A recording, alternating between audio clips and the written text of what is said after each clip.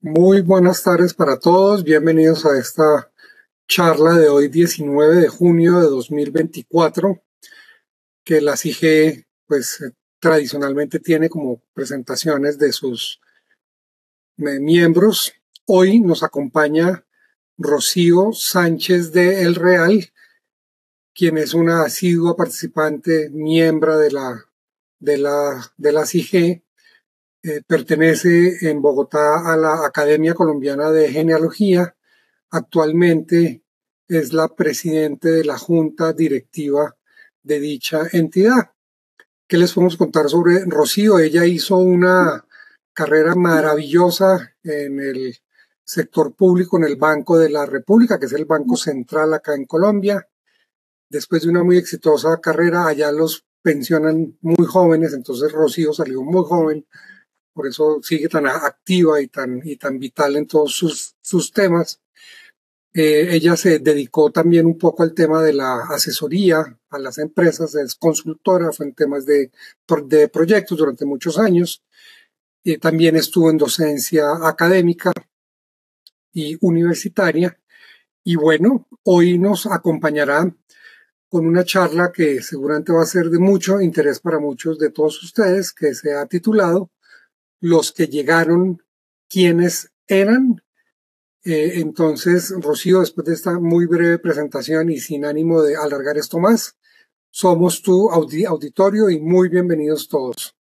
Vamos a recordar un par de cosas. Esto va a quedar grabado. Segundo, en el chat de la charla pueden elevar sus preguntas, las cuales irán siendo resueltas una vez se termine la charla. Pueden también levantar su mano virtual para poderles dar la palabra. Y bienvenidos todos. Muchas gracias. Rocío, somos tu auditorio. Comparte tu pantalla, por favor. Gracias, Andrés. Gracias a Mariano, que alcanzó a llegar. Gracias a todos ustedes por estar aquí hoy.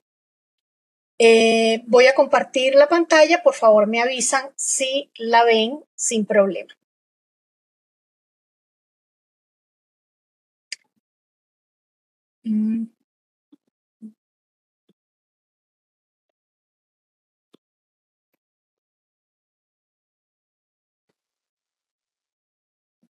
Sí, señora, se ve perfectamente. Adelante.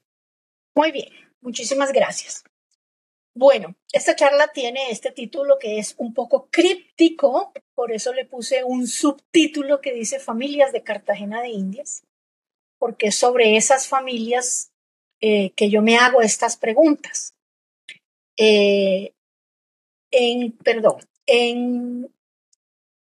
Cartagena de Indias, ciudad en el Caribe, en el norte de Colombia, sobre el Océano Atlántico, entraron muchas de las personas que fundaron nuestras familias, cuya descendencia se encuentra hoy tanto en Colombia como en países vecinos, en Venezuela, en Ecuador, en Panamá, en Costa Rica. Sin embargo, la ciudad no tiene una tradición tan grande en la investigación genealógica como la tienen otras regiones de Colombia, como Antioquia o el centro del país.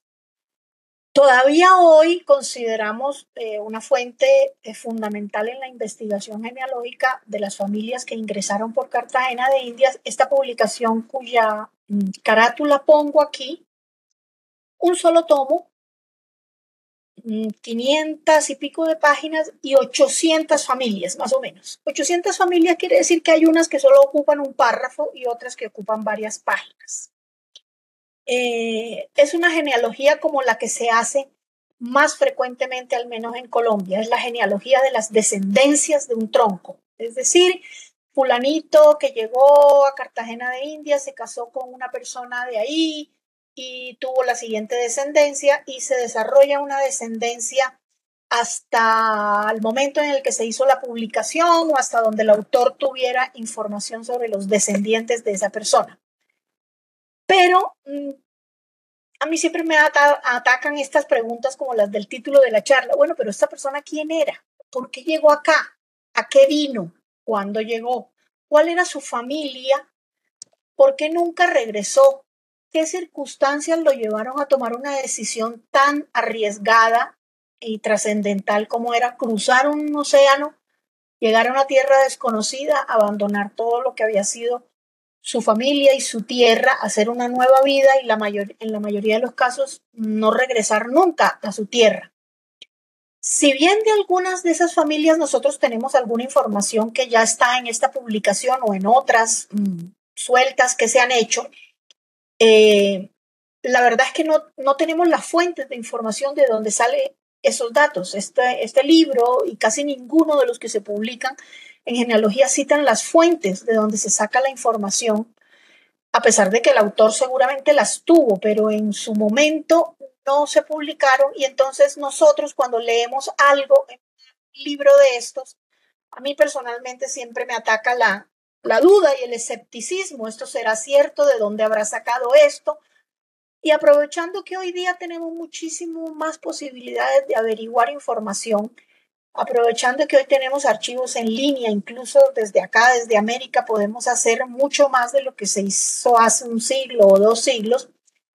Cada vez que he tenido la oportunidad de trabajar algo de alguna de las familias de Cartagena, que es mi ciudad natal, aprovecho y trato de confirmar lo que se sabe o de averiguar más de lo que hasta ahora se ha sabido de esos europeos que llegaron, se quedaron y nos transmitieron sus apellidos. Y digo y especifico europeos, porque evidentemente los americanos descendemos también de los nativos que estaban aquí y de los africanos que fueron esclavizados.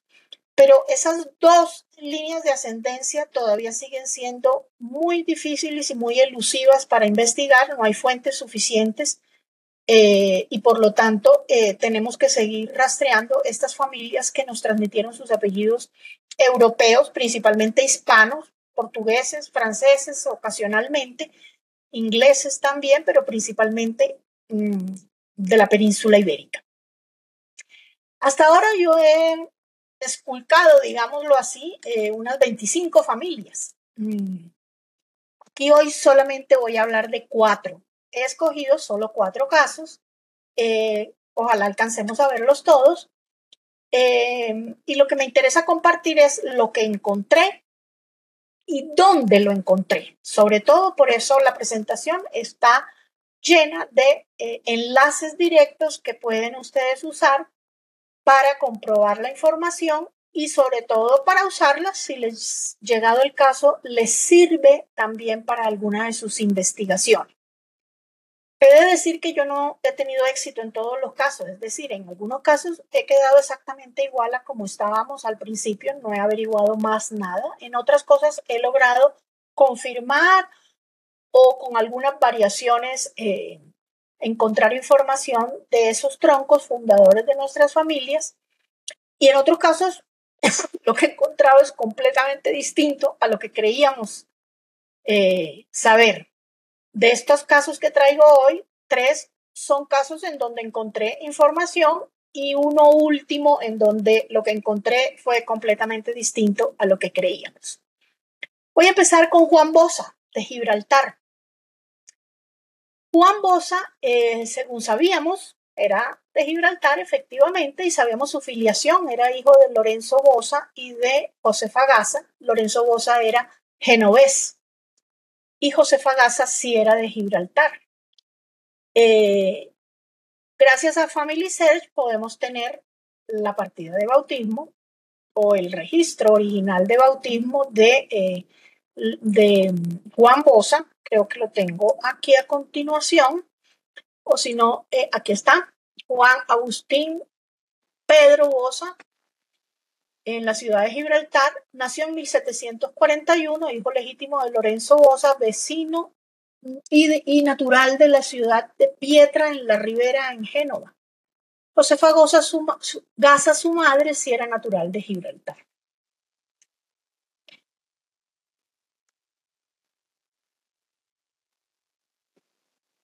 En 1741, es decir, hacía 30 años por lo menos, ya Gibraltar no era español.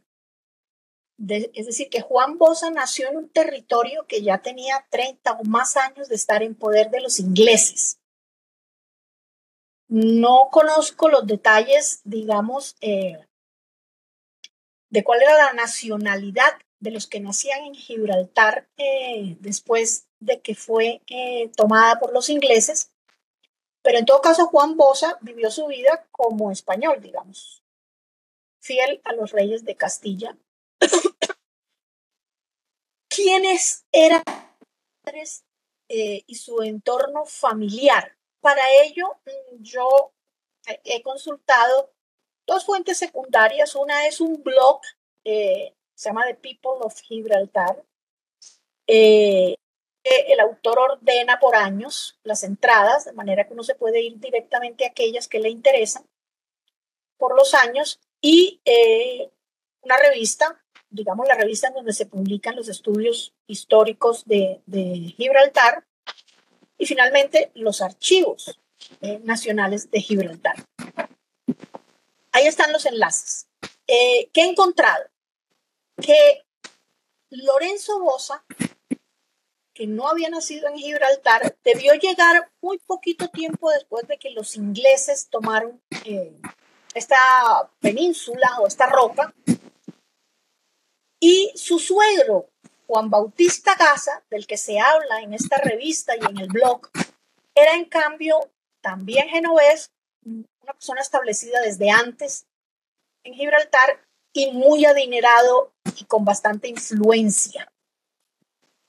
Que estuvieran en 1741 ahí quiere decir que fue de las familias que decidieron quedarse, porque cuando los ingleses tomaron posesión de la roca, le permitieron a los residentes antiguos quedarse o irse.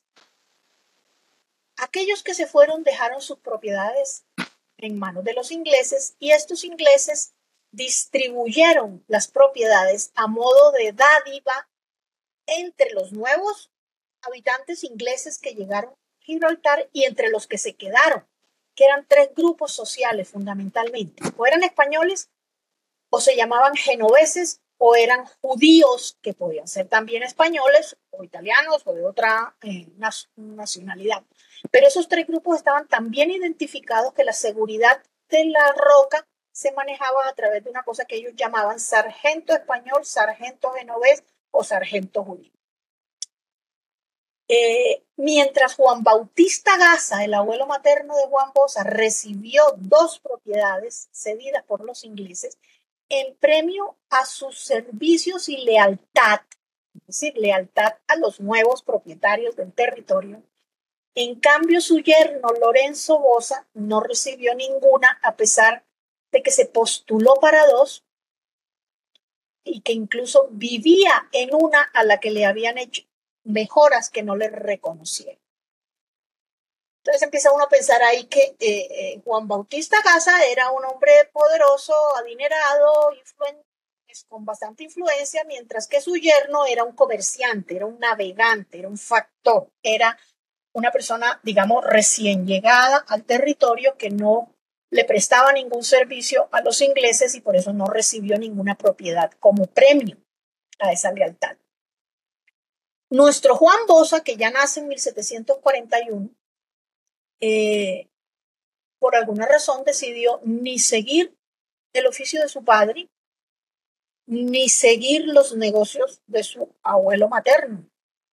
No, Juan Bossa entró a los ejércitos reales, hizo campaña por el rey, lo mandaron a distintos lugares de la península, y finalmente en Pares encontramos la información de sus méritos y la licencia para pasar a Cartagena de Indias. Nació en 1741, como les digo.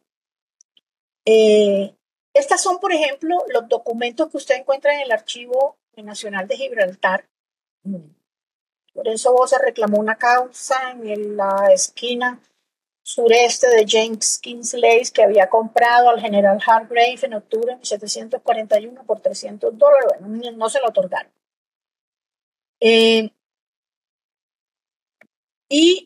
No sé si aquí, si yo abro este enlace, ustedes puedan ver la licencia de pasajeros de...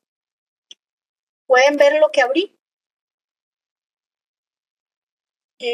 No, pero Pares no está funcionando, entonces no muestra las imágenes, pero en todo caso tenemos Rocío, solo estamos viendo tu presentación. Sí, ok. Igual no se las puedo mostrar porque Pares está, por lo menos si lo abro en Safari, no me muestra las imágenes. Está como fallando en Safari. En todo caso, ustedes pueden hacerlo en sus equipos, darle clic a los enlaces cuando ya tengan la presentación y van a encontrar en Pares el informe de méritos y el nombramiento que le hacen en 1790, más o menos, para pasar a Cartagena como parte del regimiento militar de la ciudad. Ya tenía casi 50 años. Nació en 1741 y lo trasladan en 1789 o 90. Entonces estamos hablando de que Juan Bosa llegó a Cartagena ya 40 y pico, casi 50 años. Tuvo 3 hijos, o por lo menos hemos encontrado las partidas de bautismo de 3 hijos, pero que nacieron sin que se hubiera casado con su madre. Los legitima después casándose con su madre, que era una Ramírez, posiblemente Ramírez de Arellano. Es posible que Juan Bosa se hubiera casado en Gibraltar y por eso cuando llegó a Cartagena solo pudo casarse cuando enviudó o por alguna razón, no lo sabemos. El caso es que en Gibraltar hay una partida de bautismo de una hija de un Juan Bosa, legítima, con otra señora, pero dado que esas partidas no incluyen el nombre de los abuelos ni otro dato que nos permita, digamos, probar con exactitud que estamos hablando del mismo Juan Bosa, que pudo haber sido un homónimo. En todo caso, si tuvo una hija, la tuvo muy joven y cuando ya se fue a Cartagena, pues ya estaba, digamos, la hija incluso ya se había casado, esa supuesta hija, y él llegó a Cartagena solo y formó familia en Cartagena de Indias y tuvo una descendencia importante, no demasiado extensa en comparación con otras familias, pero importante que ha dado incluso unos historiadores muy destacados. A los colombianos nos sonará mucho el nombre de Bosa Erazo, que desciende de esta persona. Ese es el caso de Juan Bosa, digamos, con él pude responder algunas de las preguntas, porque llegó, cuando llegó, en condición de que llegó. Nunca volvió a su tierra y murió en Cartagena de Indias. La segunda familia de la que quiero hablar es, en cambio, una familia muy extendida, son los de la Espriella. No le pongo el nombre del fundador porque no me resulta todavía claro saber si fue uno de su padre o dos de sus hijos. Me llamó la atención entender esta familia, que es, como les digo, muy extendida, porque leí un artículo escrito por Dolores Duque de Estrada, miembro de la Academia, de la Real Academia Matritense de Heráldica y Genealogía, el artículo que fue publicado en los Anales del año 1998-1999 y que se llama Los de la Espriella del Consejo de Llanes. De los de la Espriella sabíamos que eran aparentemente de Gijón, Asturias. Y el Consejo de Llanes pues estaba también en Asturias. Entonces me leí este artículo, pero doña Dolores de entrada dice que no logró encontrar, aun cuando posiblemente se tratara de las mismas familias, no logró encontrar la relación entre los que eran de Gijón con los que eran de Llanes. Y tampoco descienden los nuestros de aquellos porque la última generación de los de la Espriella del Consejo de Llanes fueron mujeres que no transmitieron el apellido. Así que me quedé sin saber y sin poder remontar la ascendencia digamos, utilizando esta investigación previa que había hecho doña Dolores Duque de Estrada. Entonces, seguí buscando por otro lado, no había mucho en los archivos españoles, no había documentos sino más recientes en los archivos colombianos. Tengo que decir que en Cartagena de Indias no consigue partidas eclesiásticas antes de 1777, sino por milagro, porque Cartagena de Indias fue víctima durante los siglos, digamos, 16 y 17, e incluso 18 todavía, de ataques piratas constantes, incendios, inundaciones, Además es una ciudad localizada sobre el Caribe, húmeda, caliente, de manera que lo que no se quemó, lo que no se inundó, lo que no se destruyó en los ataques piratas, lo ha destruido el clima. Entonces, hacer genealogía más allá de 1777, que es la partida más antigua que he visto yo pues, en un libro parroquial, es casi imposible. Hay que recurrir a otras fuentes. Por eso ustedes ven aquí que yo trato familias que llegaron en el siglo XVIII, porque las que llegaron antes es muy difícil de rastrear, por lo menos con partidas eclesiásticas. Hay que recurrir a protocolos notariales, testamentos, censos y otras fuentes. Y porque muchas de esas familias que llegaron en los siglos XV y XVI se fueron de Cartagena. ¿Por qué? Porque en Cartagena tuvimos Tribunal de la Inquisición. Y, por ejemplo, tuvimos muchísimos que se llamaban de nación portuguesa, judíos, la mayoría, que fueron procesados por el tribunal o simplemente se fueron cuando el tribunal empezó a funcionar a mediados del 17. Entonces, de estos señores que llegaron también a mediados del siglo XVIII, pues tampoco encontramos nada, porque no tenemos partidas que nos permiten, tenemos partidas ya de los nietos de ellos, que no nos permiten saber mucho de los troncos que fundaron la familia.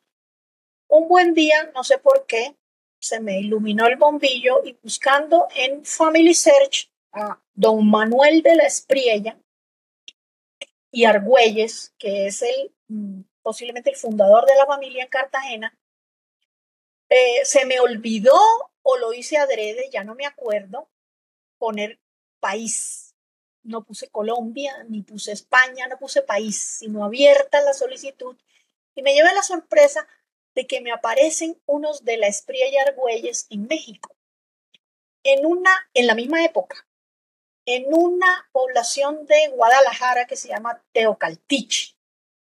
Y no solo me apareció uno, me aparecieron un montón de personajes de la Espriella y Argüelles. En ese momento me di cuenta que el apellido era en ese momento como una especie de apellido compuesto que todos usaban igual, de la Espriella y Argüelles. Y empecé a buscar más registros hasta que encontré el de Manuel de la Espriella y Argüelles, el de nuestro Manuel de la Espriella y Argüelles, quien nació en Teocaltiche, no nació en Gijón, pero la partida dice que era de nacionalidad española. Eran de Somió, que es una población, o hoy día prácticamente es una parroquia, San Julián de Somió, que queda a unos 13 kilómetros de Gijón. Todos los que estaban en Teocaltiche eran de Somió. Y Manuel de la Espriella no solo nació en Teocaltiche, fue bautizado en Teocaltiche, sino que también se casó en Teocaltiche con una señora que acá en nuestras fuentes secundarias llamaban, creo que Antonia, y en la partida la llaman Ángela, con el mismo apellido, Ángela de la Bandera. Era hijo de Juan de la Espriella y no sabía más. Eso decían las partidas eclesiásticas. Consulté las dispensas porque se casaban mucho, por supuesto, entre personas que eran de Somió, en Teocaltiche, y las dispensas pues nos dicen en algunos casos cuáles eran los parentescos que había entre los contrayentes. Las dispensas, ustedes saben que en Family Search no están indexadas, están digitalizadas, pero raramente están indexadas, de manera que si uno no sabe la fecha del matrimonio o la fecha en la que se tramitó la dispensa, pues es difícil encontrarla. Y si tampoco sabe el lugar, pues tampoco la encuentra tan fácilmente. Afortunadamente, hay una página en México que se llama Guadalajara Dispensas, ahí les dejo el enlace, en donde ustedes ponen, digamos, un apellido del que estén haciendo alguna investigación y la página le arroja los números de los rollos de microfilm de Family Search, en donde hay dispensas que mencionan a estos apellidos y además se las enumera y les dice en qué imagen de dicho rollo está la dispensa.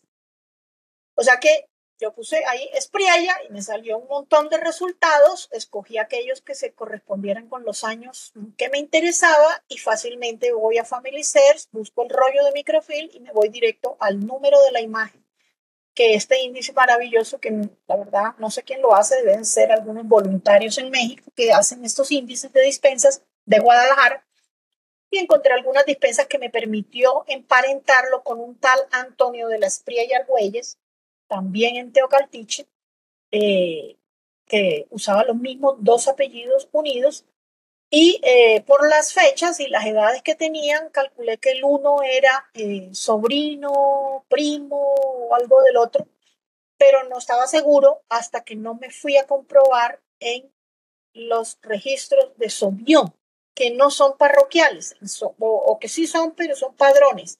En el Somió en Family Search no encontramos, ni en Gijón encontramos partidas eclesiásticas, por lo menos de esta época, que estén ni indexadas ni digitalizadas. No hay. Pero resulta que hay padrones de hidalgos. Y los hay desde 1656 hasta 1800 y pico. Y los hay específicamente de Somió. Por supuesto, con los que ustedes han consultado padrones digitalizados, saben que por lo general no tienen ningún índice, no están en orden, de manera que si uno quiere ver toda la población en el año en el que se hizo el padrón de una parroquia, pues hay que leerse todas las páginas, nombre por nombre, para encontrar los que a uno les interesa. Pero, pues hice eso y yo les voy a mostrar, voy a ver si me es posible un momentico compartir esa información.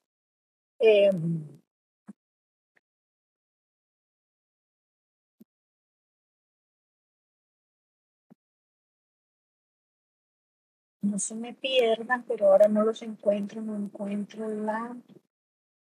Aquí está. Voy a compartir.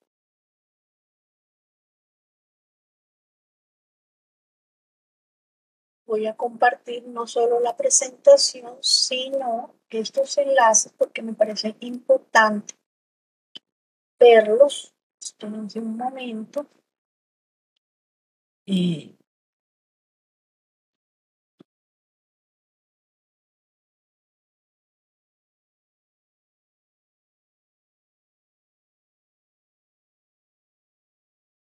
Compartir.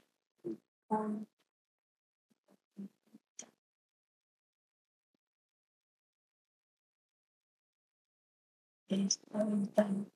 Esta, ¿la pueden ver? Esta ventana que estoy compartiendo en chiquito. Sí, señora, se ve perfecto. Un poco pequeña, pero se ve. No, es que yo les puse, para no repetir un poco, yo les puse ahí el enlace a dos entradas de mi blog en donde puse los documentos, digamos.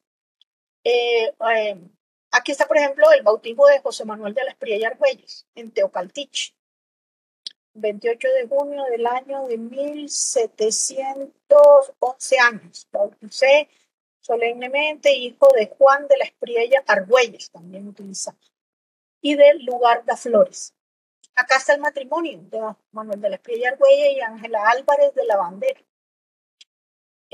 Y también, esta la pueden ver también. Envié acá otra información. Sí, sí se ve todo, Rochi. Donde tengo los padrones, para no poner en la presentación que estoy haciendo todos los padrones, ahí les dejo los enlaces. Padrones están desde 1656 o desde antes incluso. Lo que pasa es que desde 1656 para atrás ya no hay de las Priellas en Somió. Solamente hay dos, que eran uno el sacerdote y otro el empadronador. Ninguno aparece con sus hijos ni información que me permita conectarlos con los siguientes. Pero pude encontrar y rastrear a los de la Espriella de este linaje desde 1656 hasta 1704. ¿Sí? Resulta que este último, Toribio de la Espriella y Argüelles, segundo del nombre, hijo de otro Toribio de la Espriella y Argüelles, era el padre de Juan y de Antonio, los que estaban en Teocaltiche, que sí eran hermanos. ¿Sí? Los padrones a veces dicen ausentes en Indias. Y entonces pude hacer, digamos, la ascendencia de Manuel de la Espriella y Argüelles que es el que supone, nacido en Teocaltiche, y es el que supongo fundó la familia. Digo supongo, ¿por qué? Porque estando en Teocaltiche, él debió regresar a Somió en algún momento, porque resulta que Hilario de la Espriella, su hijo, que ya lo podemos ubicar ese sí definitivamente en Cartagena, Hilario de la Espriella de la Bandera, y a un hermano llamado Juan Antonio, que son, digamos, los troncos de las familias en Cartagena. Hilario de la Espriella pareciera haber nacido en Somió, y digo pareciera, ¿por qué? Porque si ustedes ven aquí, entre los apellidos que ellos tienen estaba el apellido Llanos. El abuelo de José Manuel era de la Espriella, Argüelles y Llanos. En el mismo lugar nació Gaspar de Jovellanos. Los apellidos eran dos, Jové y Llanos. Y hay una biografía, una crónica de Gaspar de Jovellanos en donde dice: Hilario de la Espriella, mi pariente en Indias. Y doña Dolores Duque de Estrada efectivamente decía que ellos tenían algún parentesco con los Jové o los Jovellanos, que era por esta bisabuela, digamos, María de Llanos. Entonces no queda claro si Hilario de la Espriella, nació en Somió o nació en Cartagena de Indias. En 1741, coincidentemente el mismo año en que nació Juan Bosa, el de Gibraltar. Hilario de la Espriella, mi teoría es que nació en Cartagena de Indias, porque su hermano Juan Antonio sí lo hizo en Cartagena de Indias y antes que él. Entonces uno presume que el que llegó a Cartagena de Indias como fundador de la familia no fueron estos dos hermanos, sino su hermano, es decir, Manuel de la Espriella Argüelles, el nacido en Teocaltiche, hijo de Juan de la Espriella, casado en Teocaltiche con Ángela de la Bandera. En algún momento puede que regrese a Somió, tenga algunos hijos allá porque vuelve a ser empadronado en Somió, y en algún momento regresa a Indias, pero ya no a Teocaltiche, sino a Cartagena de Indias, donde se establece, y sus dos hijos se casan ahí y tienen una extensísima descendencia en Cartagena de Indias. ¿A qué vinieron? No sabemos, pero eran comerciantes. Tanto Hilario de la Espriella como su padre aparecen en algunos documentos comerciantes. Así que probablemente vinieron por eso, porque tenían negocios. ¿Por qué no regresó José Manuel de la Espriella a Teocaltiche? No lo sabemos. Tampoco sé por qué había tantos de la Espriella de la misma población de Somió en Teocaltiche. Hay dos libros de información sobre las familias de Teocaltiche. En ambos mencionan a los de la Espriella. Me copió las páginas pertinentes y me las mandó generosamente Javier Sánchez de México, que tiene una biblioteca genealógica, todo libro que uno necesita lo tiene él. Me mandó las hojas pertinentes que hablan de Teocaltiche y de estas familias, pero en ninguna dicen por qué tantos llegaron allá. Es algo que tendremos que investigar para seguir trabajando el origen de esta familia y responder todas las preguntas que a uno se le ocurre sobre ellas. Muy bien. Vamos a pasar a la tercera familia. ¿Ven ahora la presentación original?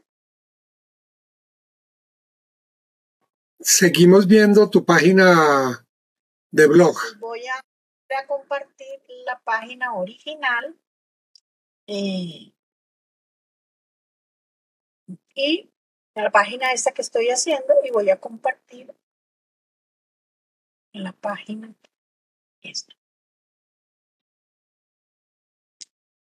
Ok, ya la ven. Volvimos.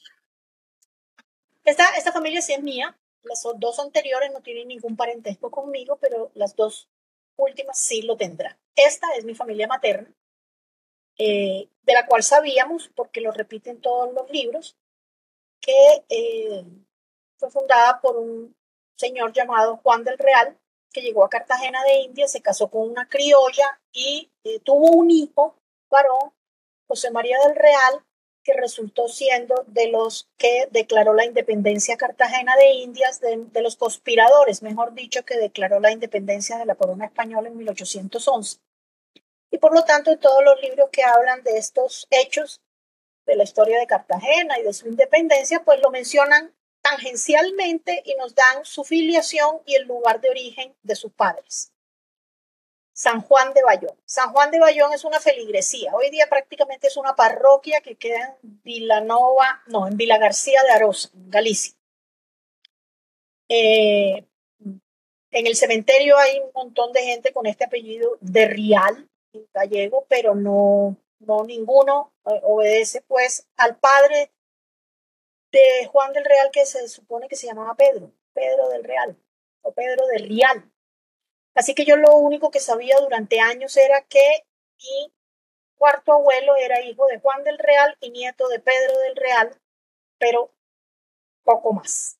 Y que eran de San Juan de Bayón, no más. De San Juan de Bayón tampoco hay en línea partidas eclesiásticas. Pero en algún momento, Family Search y también Pares cargaron el censo o el catastro de Ensenada. Muy bien, lo primero que encontré sobre esta familia fue la hoja de vida militar de Juan del Real, el que llegó, capitán Juan del Real. Esta es una hoja de vida hecha en diciembre de 1800, tenía 69 años, su país Galicia, su calidad noble, su salud buena, sus servicios y circunstancias las que se expresan.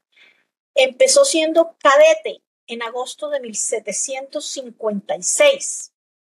Y en el momento en el que se hace esta hoja de vida militar era capitán de granaderos del regimiento fijo de Cartagena de Indias. Viudo, ya estaba en diciembre de 1800 ya estaba viudo. Por la edad, por las fechas en que ingresó, por la fecha en la que se casó en Cartagena, 1766, por el año en el que nació su hijo, 1767, cuando era teniente, calculo que debió llegar unos pocos años antes, probablemente cuando era subteniente o algo así, y llegó trasladado pues porque era militar y fue destinado al regimiento fijo de Cartagena de Indias. Allí se quedó y allí murió.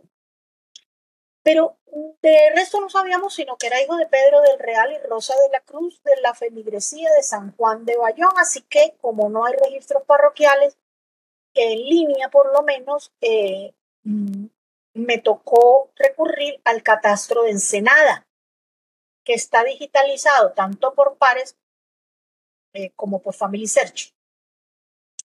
Y ahí encontré a Pedro de Rial. El catastro es una maravilla, no sé si alguno de ustedes ha lidiado con estos archivos. El catastro describe, por lo menos en Galicia, este catastro se hizo en el año 1749, 1751, duraron en algunos casos haciéndolo, y describe, en el caso de Pedro, describe la casa donde vivía, la medida exacta que tenía la casa por cada lado, los pisos que tenía la casa, y los límites, los linderos, con quién lindaba la casa. Describe la tierra que cultivaba, era labrador, y nos advierte lo que producía, porque de eso tenía que pagar alquiler. Ni la casa ni la tierra que cultivaba era de él. Lo único que poseía eran 2 vacas. La casa era una casa llamada terrena, que en esa época en Galicia era una casa de un piso y un piso de tierra. Es decir, el piso de la casa era de tierra, tenía paja y todo, y era el que se destinaba a los animales. Y una especie de mezanín en donde dormía la familia. En ese momento Pedro del Real tenía 44 años, era casado, tenía 4 hijos, que no son mencionados con sus nombres. En otro lugar del,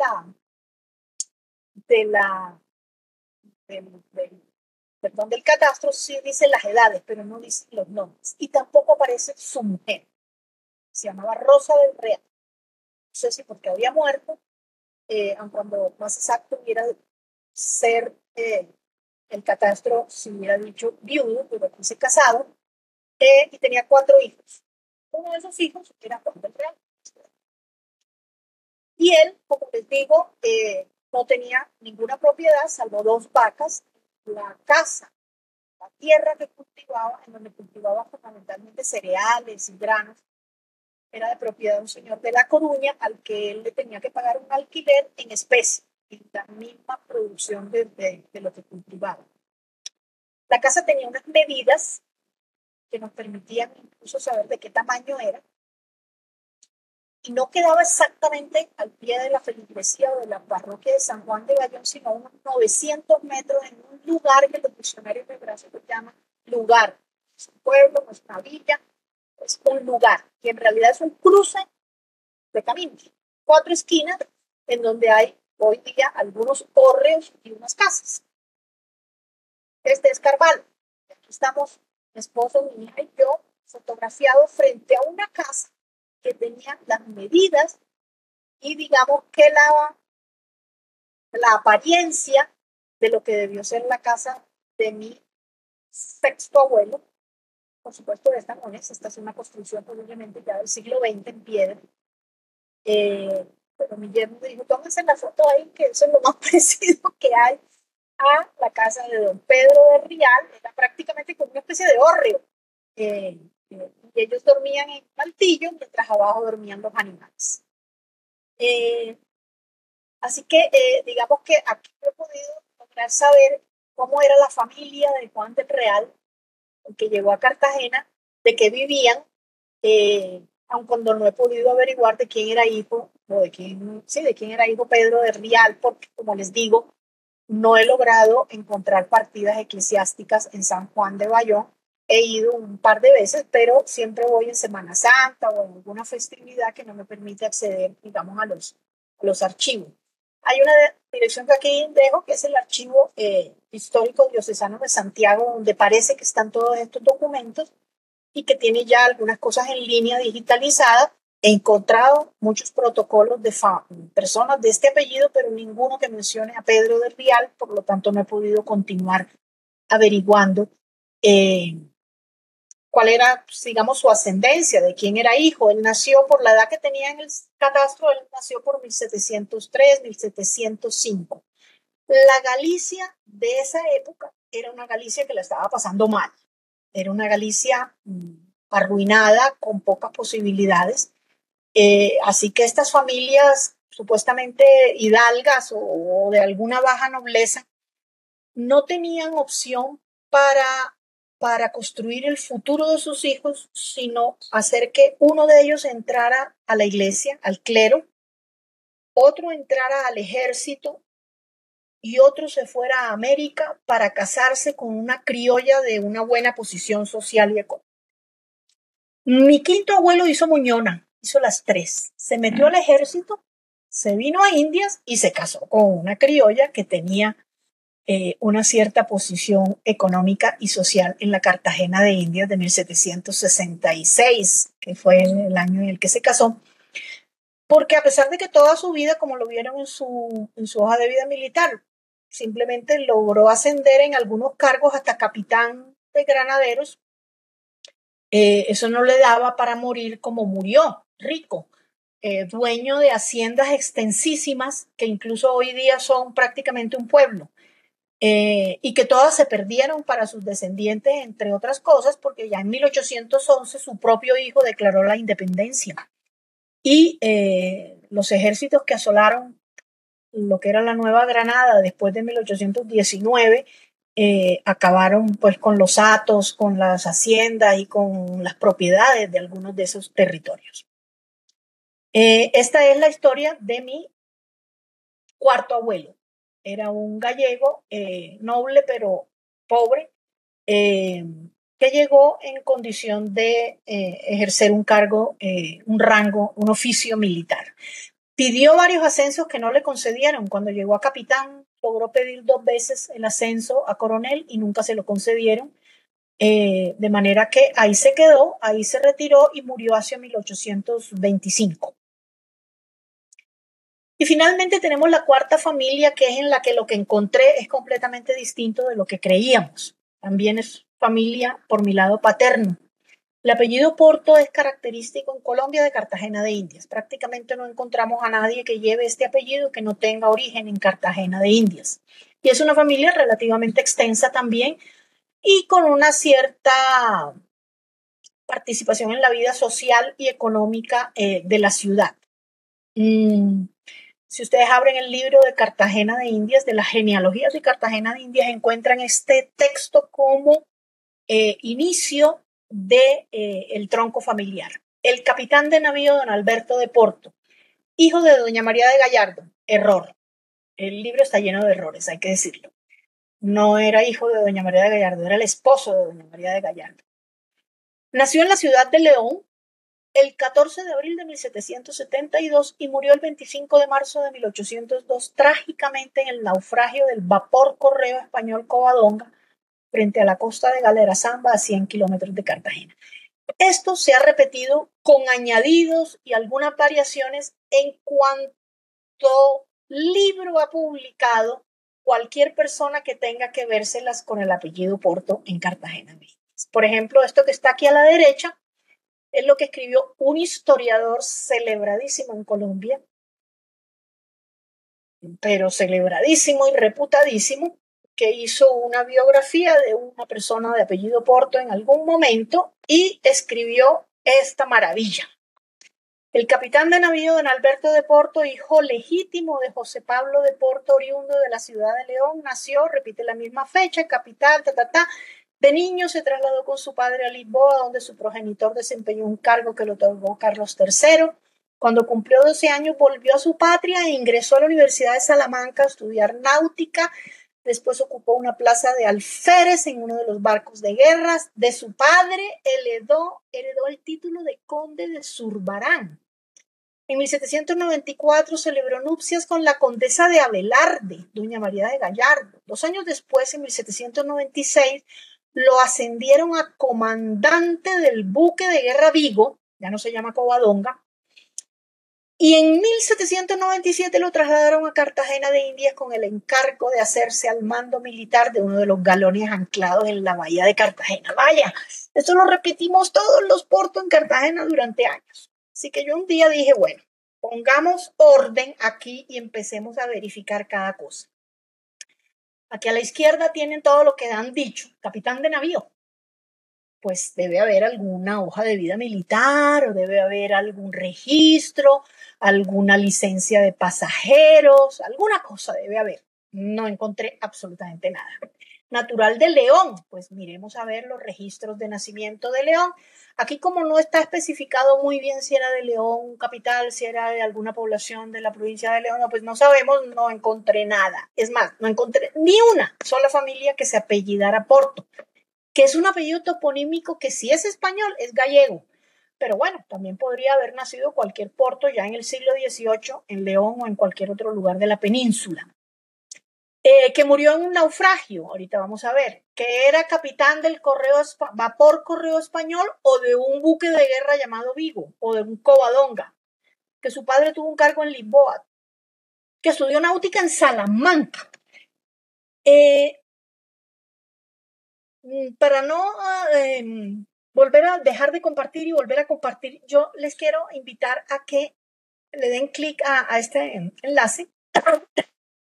Esto que está aquí es el censo, el mismo catastro de Ensenada del que estoy hablando, pero para León, que lo revisé hoja por hoja. Solo encontré una familia de apellido Porto y por supuesto no me resulta fácil entroncarla con porque el catastro lo único que dice es que ese es el cabeza de una familia que encontraron en alguna población de León.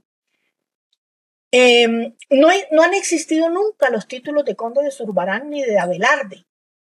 Revisados los nobiliarios, los pleitos de hidalguía, los expedientes de concesión de nada, no existe nada en ninguna parte que indique que existió un título de conde, duque, barón, marqués de Abelarde ni de Zurbarán, así que ni él podía haber heredado el título, ni su mujer el de condesa de Abelarde. Este enlace de aquí es el de la Universidad de Salamanca. La Universidad de Salamanca tiene digitalizados todos los libros de matrícula desde 1500 y algo.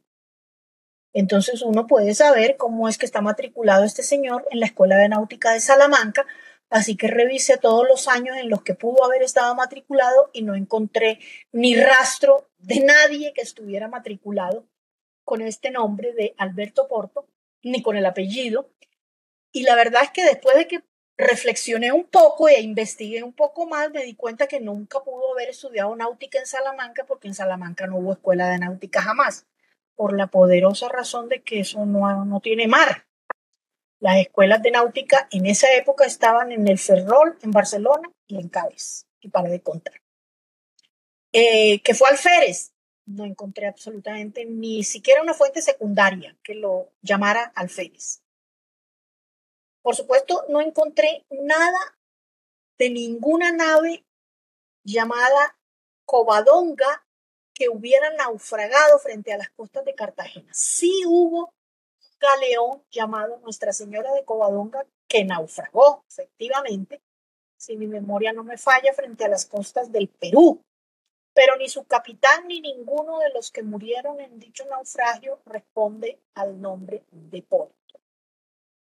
Como no hay registros parroquiales de antes de 1777 e incluso después tampoco los consigues fácilmente, yo nunca encontré tampoco su partida de bautismo, porque si murió en el naufragio frente a Cartagena, debió haber una partida de defunción en 1802, 1803, tampoco existió, tampoco la de su hijo, del que descienden estos Portos. Así que ya había perdido las esperanzas cuando de repente un día me tropiezo en internet una tesis de un estudiante que aspiraba al grado de historiador de la colombiana, y la tesis versaba sobre los naufragios de las naves españolas en las costas del Caribe colombiano. Y ahí está, sí señor, un inventario con una hojita que decía que una nave que no era ningún vapor correo, ni era ningún galeón, ni era ningún buque de guerra, sino que era una humilde balandra, se llamaba Covadonga. Y sí, señor, naufragó frente a las costas de Cartagena, pero no el 25 de marzo de 1802, sino el 24 de marzo de 1803. Es decir, había una diferencia de un día y de un año con la fecha que las fuentes secundarias replicaban. Y en dicho naufragio murieron. Rocío, discúlpame. Rocío, discúlpame. ¿Te puedes acercar un poquito más hacia tu micrófono o dirigirte más a la charla hacia tu micrófono? Okay. Porque te estamos perdiendo un poco. Ay, ok. ¿Me oyen ahí mejor? Un poco, dale, sí. No entiendo por qué razón, porque tengo todos los señales de los micrófonos a tope. Pero bueno, voy a hablar un poco más duro y más despacio, y ya estamos por terminar. Como les digo, entonces no encontré nada de información que dijera que él fuera capitán de navío, que fuera natural de León, que hubiera tenido un cargo de capitán de unas naves españolas llamadas Covadonga o Vigo, que hubiera estudiado náutica en Salamanca, que hubiera tenido títulos de nobleza él o su esposa. Pero sí encontré una tesis que después se convirtió en un libro, el inventario de los naufragios de naves españolas en las costas del Caribe colombiano. Y una de esas naves naufragadas era una balandra llamada Covadonga, y la fecha coincidía casi que exactamente con la fecha que creíamos o que creemos hasta ahora que murió ahogado Alberto de Porto. Lo primero que encontré es que la tesis, por supuesto, citaba algunas fuentes y decía que en el Archivo General de la Nación de Colombia estaban varios documentos que daban cuenta de las labores de guardacostas que cumplía la balandra. Una balandra es una nave de madera con un solo palo que se destina principalmente a labores de guardacostas. Y se usaba esta balandra, la Covadonga en particular, se usaba para vigilar las costas que van de Portobelo, lo que hoy está en Panamá, y Río Hacha, que está en el norte de la costa atlántica colombiana. Esta balandra, y hay 2 o 3 expedientes en donde se dan los informes de lo que la balandra vio en estas costas. Estamos hablando de fines del siglo XVIII, y veían, por supuesto, muchas naves inglesas o sospechosas de ser inglesas, entonces ellos daban aviso, y hay algunos documentos en el Archivo General de la Nación sobre esta labor que hacía la balandra Covadonga. que por cierto no tenía como capitán a Alberto de Porto, tenía a otro capitán que era el que daba los reportes al apostadero de la Marina en Cartagena de Indias. Pero resulta que buscando en el Archivo General de la Nación, pero la palabra clave para encontrar cosas era balandra, porque si uno pone Covadonga en cualquier parte le salen miles de resultados, pero cuando puse balandra Covadonga me aparecieron los resultados. Y el más interesante era este, que es la carta en la que Anastasio Cejudo, gobernador de la provincia, dice: el comandante de marina de este apostadero me avisa en oficio del 14 del corriente que entre los individuos que han perecido en el naufragio de la balandra Covadonga el 24 de marzo último fueron comprendidos un cabo primero y 5 soldados de este regimiento fijo que formaban parte de su guarnición, sin haber logrado socorrer nada, o no, sin haber logrado encontrar, o bueno, sin haber logrado recuperar extraer, perdón, gracias, sin haber logrado extraer nada de su armamento y vestuario. O sea, el cuerpo del pobre soldado que se ahogó no importaba, lo que había era que extraer su armamento y vestuario, lo que noticio a vuestra excelencia para su superior conocimiento, Dios guarde a vuestra majestad, Cartagena, 19 de abril de 1803, ¿sí? No decía los nombres, la carta es esta sola hojita, tiene 4 folios el expediente, pero los otros 3 folios están en blanco, no había nombres, pero yo dije, este tiene que ser, porque Covadonga, la fecha, Cartagena, etcétera, este es mi naufragio, vamos a seguir buscando entonces porque tiene que haber algo en España. Y entonces recurrí al archivo de la Biblioteca de Defensa de España. También les dejé el enlace aquí, se llama Biblioteca Virtual de Defensa, es una maravilla, me encanta ese archivo, tiene una excelente calidad en la digitalización de documentos y un muy buen motor de búsqueda. Entonces dije, ensayemos a poner balandra Covadonga, porque yo había puesto buque de guerra, galeón, vapor correo, Covadonga, Nuestra Señora de Covadonga, nada me aparecía. Pero cuando puse balandra Covadonga me aparecieron varios documentos también, muchos de los cuales tenían que ver con esas labores de guardacosta que hacía, pero me apareció sobre todo este documento. En este documento, el comandante del apostadero de la Marina de Cartagena solicita pensión para 5 viudas cuyos maridos se ahogaron cuando naufragó, está roto este pedazo, Covadonga en marzo de 1803. Y las citan. Entonces dicen, estas 5 viudas, 5 primeras que son Brígida Guzmán, por su marido Juan Prudencio Cabeza, dejó 2 hijos. Francisca Gallardo por el suyo, Domingo Novo, dejó 2 hijos. Citan a las demás y la última es María Rosario Gallardo, viuda del encargado de víveres Alberto Porto, con un hijo. Es decir, en resumen, que mi cuarto abuelo no era conde de Zurbarán, no se casó con ninguna condesa de Abelarde, no era capitán de ninguna nave, era el encargado de víveres de una balandra que hacía funciones de guardacosta en las costas atlánticas colombianas a fines del siglo XVIII y efectivamente el 24 de marzo de 1803 murió junto con otros 4 tripulantes ahogados sin que se haya recuperado nunca ni su cuerpo, ni su uniforme, ni su armamento. De manera que este es uno de los casos en que lo que no he encontrado mucho, porque todavía es la hora que yo no sé si Alberto de Porto era nacido en Cartagena, era español, de quién era hijo, en fin, pero por lo menos encontré que parte de la información que se ha replicado y se sigue replicando cada vez que se publica algo sobre esta persona, tengo que decirles que el asunto de su supuesta importancia ha llegado hasta el punto de que la Armada Nacional Colombiana tituló una nave con su nombre. Entonces, me imagino que por influencias de la familia Porto de Cartagena. La nave ya fue destruida afortunadamente, porque me daría un poco de pena decir que Alberto de Porto no era ningún capitán, ni estudió náutica, ni era conde de nada, sino que era el encargado de víveres de una baranda, que es un oficio muy digno, pero pues que ese era el oficio que él tenía.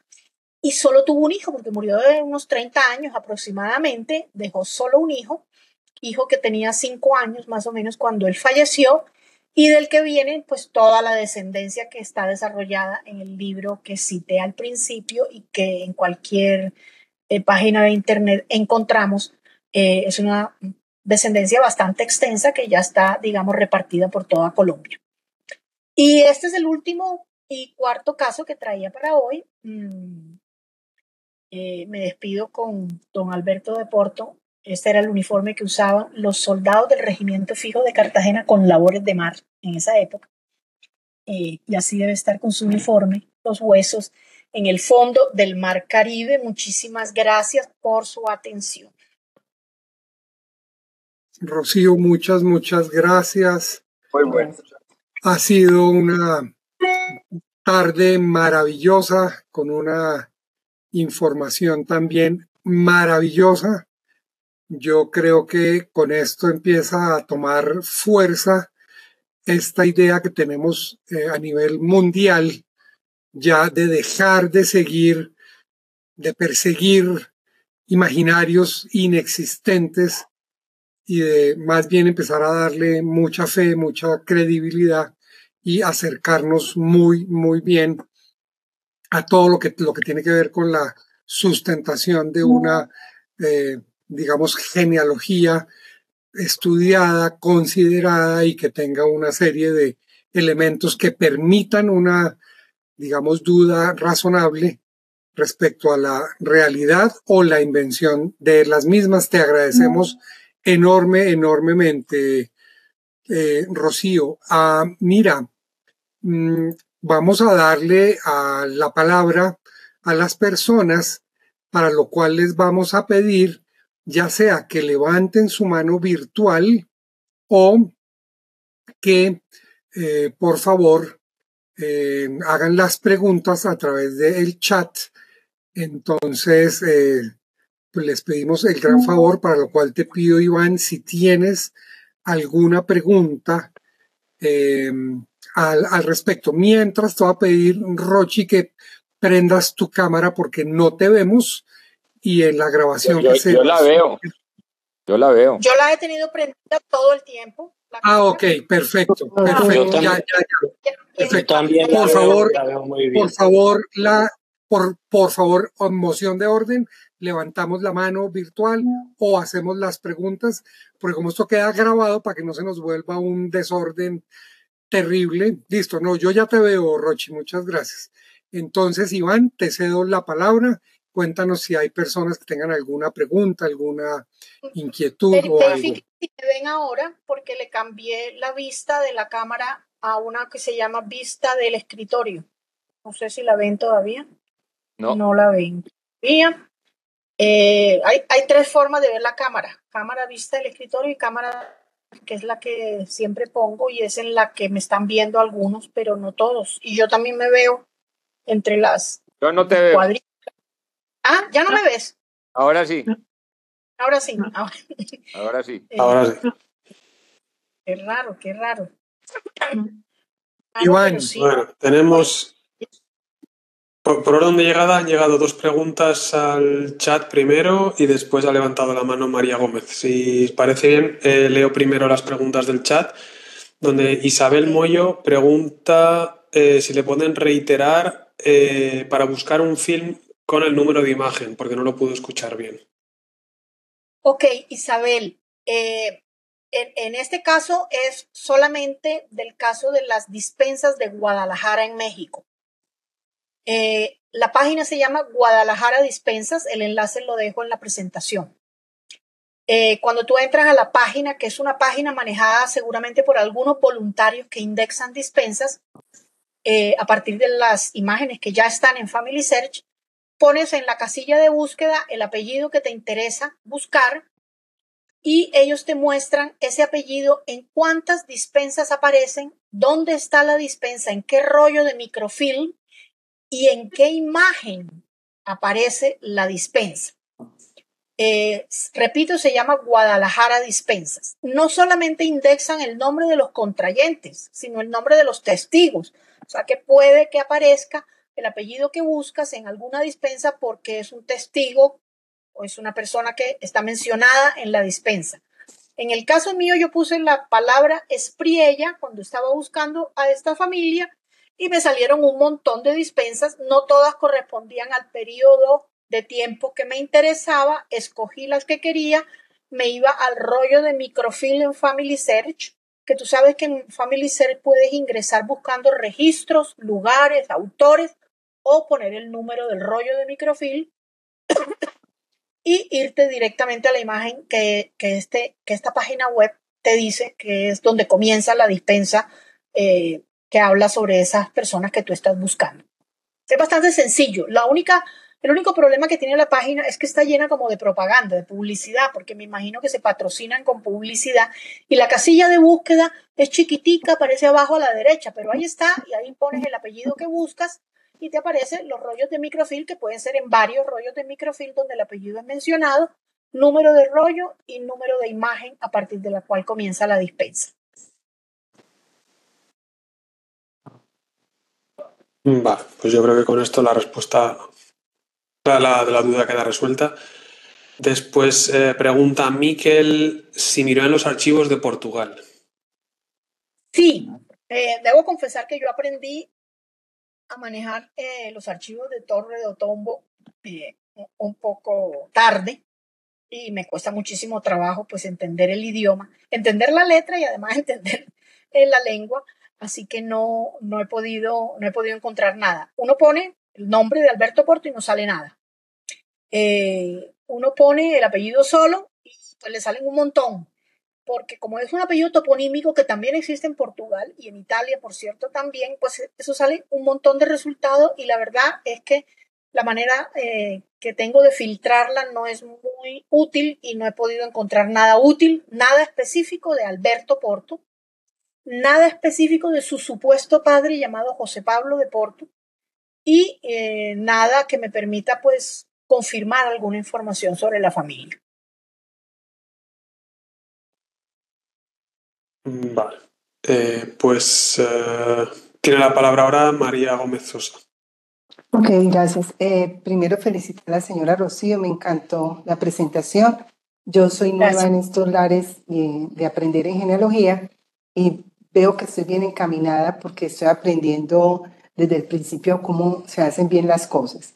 La segunda pregunta es que me llama mucho la atención que haya habido una familia que en pleno momento de independencia, donde estaban matando a los españoles a diestra y siniestra, donde da el momento de reconquista y no se pudo y siguió todo eso como hasta el 1840, ¿qué motiva a una familia que en plena crisis política de independencia quieran adquirir un título de nobleza cuando eso los condenaría a muerte por lo que se está viviendo históricamente aquí en Colombia?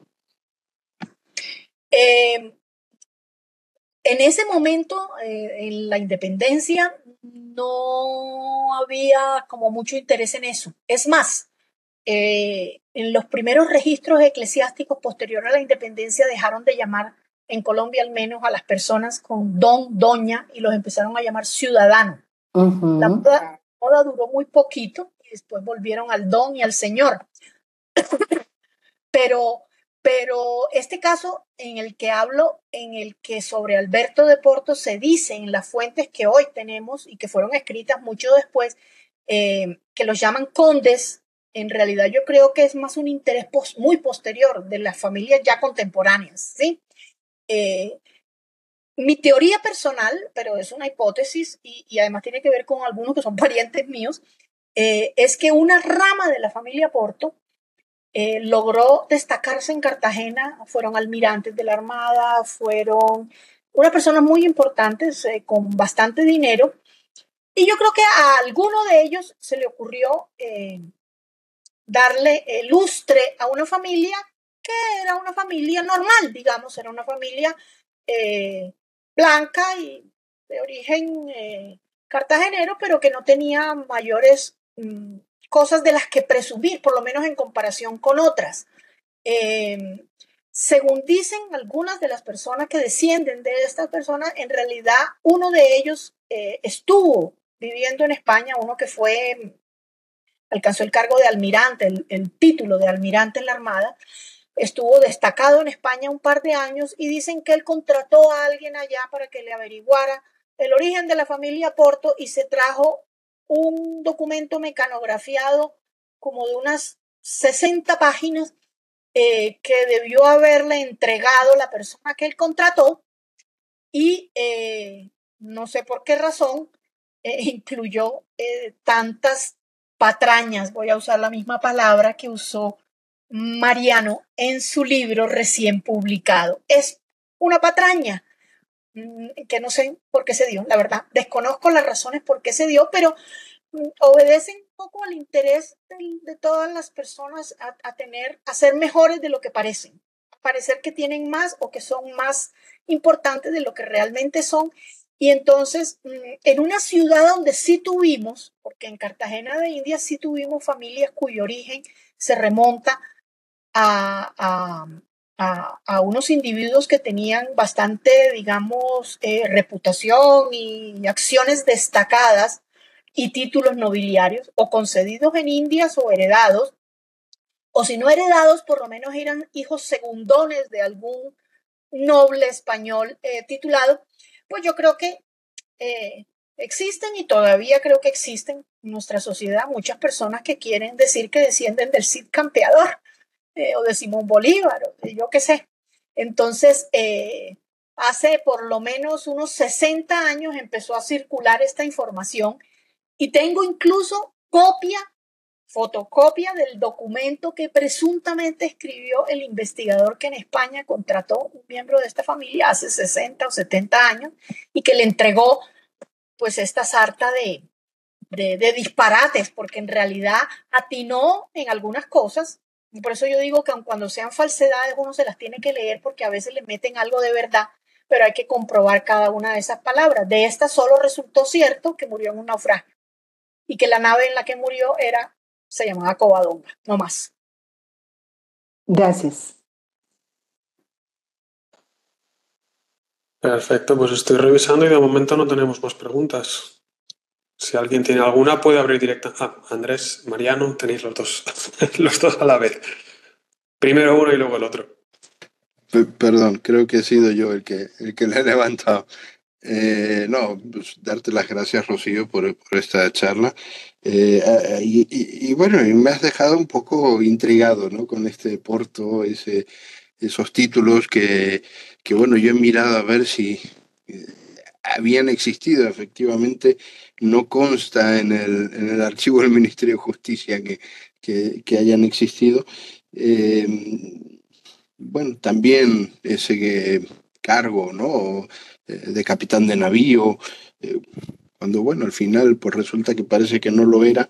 Lo que sí, bueno, me has contado ya un poco lo de este investigador y tengo yo curiosidad por saber, por preguntarte si este investigador, como lo has llamado tú, era alguno de tantos reyes de armas que a finales del 19, principios del 20, bueno, pues hacían esos pequeños informes, siempre un poco adornados. Entonces no sé si es posible que nos digas el nombre de este investigador. No lo conozco. Es una información que procede de la tradición oral. Seguramente que si ponen en internet van a encontrar el nombre del almirante. El almirante era Augusto Porto Herrera. Augusto Porto Herrera, que era miembro de esta familia, fue almirante y comandante general de la Armada en Colombia hace bastantes años, ya murió hace algunos años. Y digamos, cuando uno pregunta de dónde salió esta información, ellos dicen es que Augusto Porto estuvo en España como agregado naval, cargo diplomático durante un tiempo, y esto pudo haber sucedido por allá en los años 50 del siglo XX. Y él aprovechó que estaba allá y que estaba además vinculado a la cuestión naval, y entonces se fue al archivo de Álvaro de Bazán y fue a uno y fue a otro, pero con seguridad no fue él. Lo que dicen es que él contrató un experto, un experto en España que le escribió unas 60 hojas mecanografiadas cuyas fotocopias han llegado hasta nuestros días. Yo tengo una versión de él en donde nos echan toda esta historia de este señor que era conde de Zurbarán, que esto, que lo otro. Su esposa, María de Rosario de Gallardo, a quien llaman condesa de Abelarde, en realidad era de Cartagena y del barrio Getsemaní, que era donde vivían los Porto. Hasta mi papá, que era Porto, fue bautizado, es decir, hasta la generación de mi papá llegaron todos a ser bautizados en la parroquia de ese barrio. Y resulta que en el censo de Cartagena de 1777 ya aparece la familia Gallardo en ese barrio, y yo encontré una escritura en los protocolos notariales de Cartagena, una escritura de venta de una casa muchos años después, en donde María Rosario Gallardo, viuda del señor Porto, está vendiendo la casa que dice haber heredado de su padre, que residía en ese barrio hacía más de 40 años. Entonces estamos hablando de que María del Rosario Gallardo era de Cartagena, era una residente en ese barrio, fue censada como una niña menor de edad en el censo de 1777. Su único hijo nace en 1798 y queda viuda en 1803. Pero lo que no sabemos es Alberto de Porto. Tengo que decir que yo después he encontrado registros de otras personas de apellido Porto 30 años antes de que Alberto de Porto naciera en Mompox, es Santa Cruz de Mompox, una ciudad de la misma provincia, digamos, en Cartagena de Indias. Pero como en esa época las partidas eclesiásticas escasamente decían un solo apellido con los nombres de los padres, no daban mucha información. Todavía no he logrado saber si el Alberto de Porto, puesto conde de Zurbarán, que nació en León, en realidad provenía de una familia que había llegado antes a Mompox. No lo sé. Y en Santa Fe de Antioquia, 2 siglos antes, había unos Fernández de Porto, que solo tuvieron hijas mujeres, no se transmitió el apellido. Pero fuera de eso, no hay más Portos en Colombia. Sí hay en Uruguay, en Argentina y en Chile, y bastantes. Y algunas de las miembros de estas familias a los que les gusta la genealogía y repiten un poco las tradiciones orales que escucharon de sus padres y abuelos, dicen que esos Portos eran 3 hermanos, y que uno se fue para Chile o para Uruguay, el otro para Argentina y el otro llegó a Colombia, y que este era el que llegó acá. No lo sé. Tampoco he logrado saber si para ser tripulante de una balandra que se llama Balandra del Rey, en los documentos la llaman Balandra del Rey, había que ser natural de España, o podría ser originario, qué sé yo. No lo sé todavía con exactitud si en fines del siglo XVIII un criollo nacido en Indias podía ser tripulante de una balandra del Rey. Okay. Eso me podría dar alguna pista, pero no he encontrado información como muy sólida sobre eso. Entonces, por el momento creo y manejo la hipótesis de que él nació en Cartagena también, o en Mompox. Y probablemente sí era hijo de algún... Para ser del regimiento fijo, en ese momento tenía que ser blanco, porque si no lo hubieran puesto en el regimiento de pardos, y él aparece como miembro del regimiento fijo como labores de mar. No he encontrado tampoco hoja de vida militar, como sí le he encontrado a mi otro abuelo apellido del Real, que hay varias hojas de vida militar de él en el Archivo General de la Nación. Tengo una pregunta. Habla Juan Carlos Barbu. ¿Puedo preguntar? Hola, sí, señor. Hola, Rocío. ¿Cómo estás? Y gracias. Bueno, gracias por esa gama de fuentes que me incitan a seguir buscando. Yo estoy haciendo investigación sobre un ancestro, Juan Seba Rojas, quien vino en la última expedición, que hizo España a Cartagena de Indias, y dejó descendencia aquí, los Cebá y los González Cebá. mi tronco es por los González Cebá. Fui a Málaga, él dicen que es de Málaga, fui hasta allá y en el arzobispado fue realmente muy difícil conseguir información. ¿Podrías sugerirme, con base en que vino en la última expedición española acá a principios del siglo XIX, 1820 tal vez, o sea que le tocó toda la revuelta que ya estaba aprendida, ¿qué fuentes puedo hacer para investigar un poco más con ese detalle que tú has llegado a conseguir sobre... ¿Dices que llegó al principio del 19? Sí, yo estimo que ¿En 1800... Él venía en la última expedición. Él venía en la última expedición oficial que mandó España para Colombia. Ok, y llegó a Cartagena. Llegó primero a Portobelo, tuvo una hija en Portobelo y después pasó a Cartagena, fue puesto preso por Manuel A. González, casado con Patricia Bracho. Este es un personaje bastante curioso porque además da una historia simpática porque hizo muy buena amistad con su carcelero, que era el comandante pues como de un puerto en donde tenían una cárcel, y se hizo tan amigo que se terminó casando con su hija después de que se suavizaron las peleas. Uh-huh. O sea, que convirtió a su carcelero en suegro. En suegro. Y no solamente eso, sino que su cuñado cogió a su cuñado y pues, digo, lo casó, o bueno, se casó con su hija de Portobelo. Entonces, aparte, no solamente convirtió a su carcelero en suegro, sino a su cuñado en yerno. Eso tiene características de mago. De pronto, carcelero y suegro es como lo mismo, ¿no? Carlos, ¿conoces un documento manuscrito escrito sobre la familia Cebá que circula por ahí? Yo tengo una copia, la estaba buscando ahorita, pero no la encuentro. Tengo uno que sí está escrito, lo escribió, me lo compartió Jaime Mogollón Cebá, de 70 páginas en los cuales habla de los patrón y de todos, y ahí hay 2 páginas en donde he sacado la historia que les acabo de decir, okay. pero está escrito en texto de máquina, o sea que si tú tienes un manuscrito, ese no lo conozco. No, es un documento, sí, tienes razón, es un documento hecho por una persona particular, no publicado formalmente, pero circula las copias por ahí. Yo tengo una, la estaba buscando ahorita, pero no sé dónde está. Igual cuando la encuentre, la comparto contigo para ver si es la misma. Bueno, ok, gracias. Yo te voy a pedir que me dejes en el chat tu correo electrónico. Claro que sí.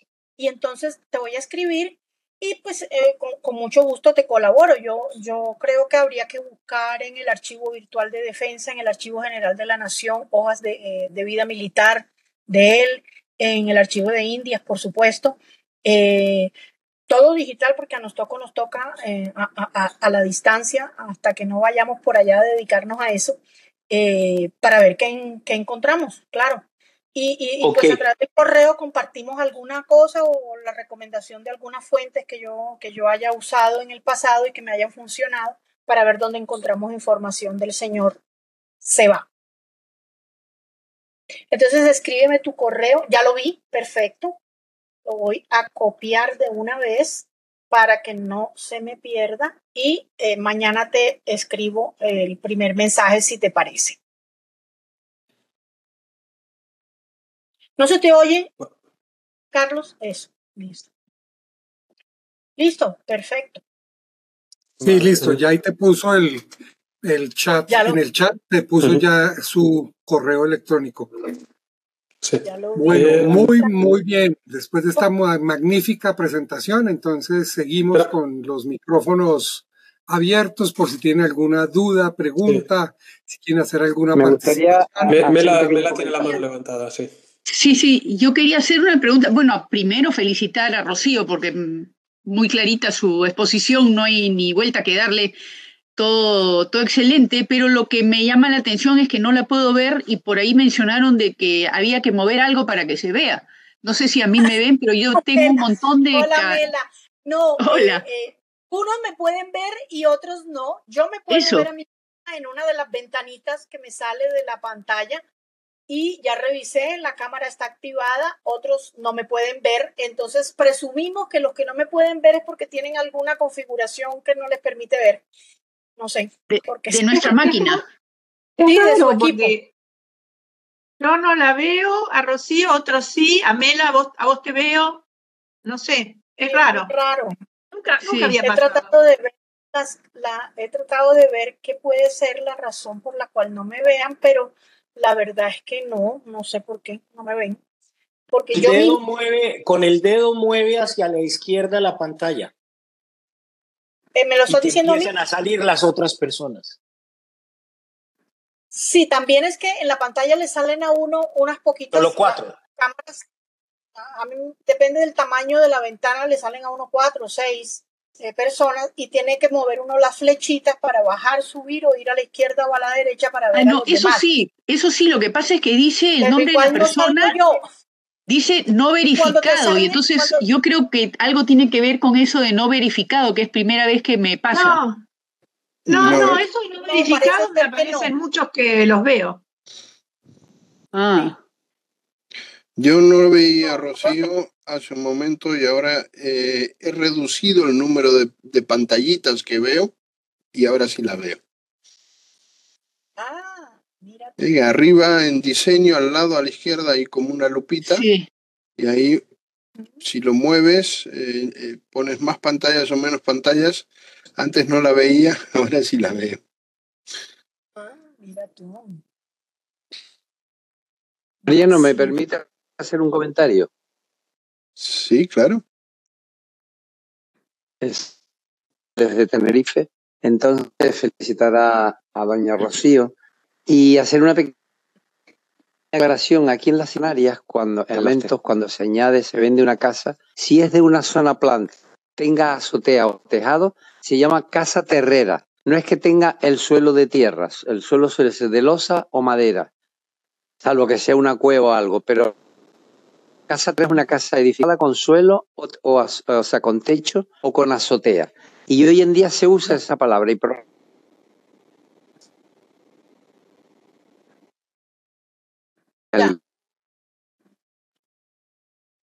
y todo eso. Era esa pequeña aclaración.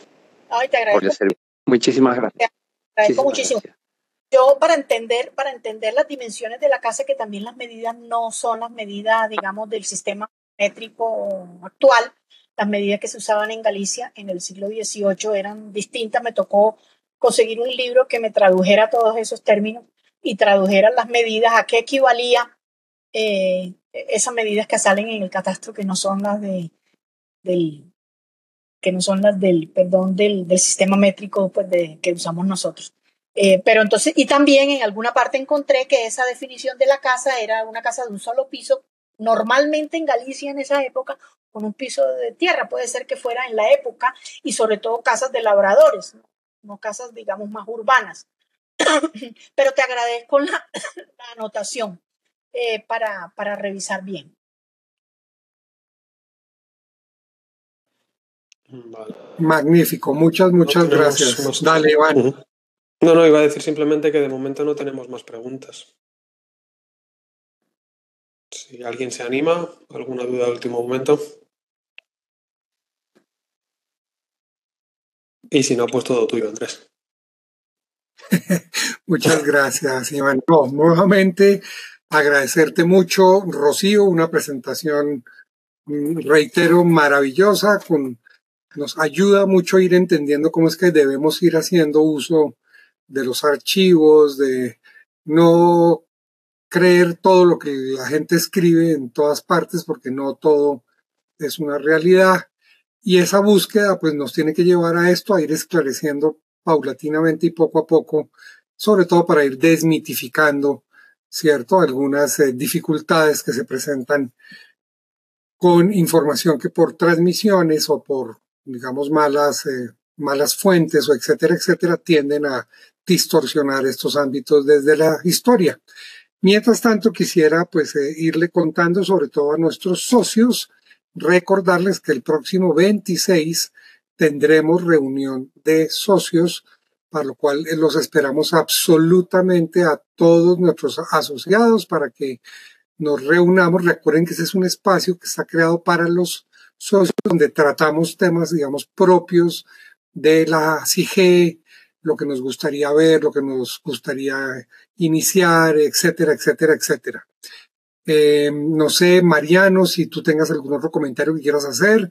No sé, Rocío, si nos quieras comentar algo más, porque pues si no, podríamos ir dando entonces finalización a esta presentación de la CIGE de hoy, mes de junio del año 24. Sí, gracias, no, Andrés.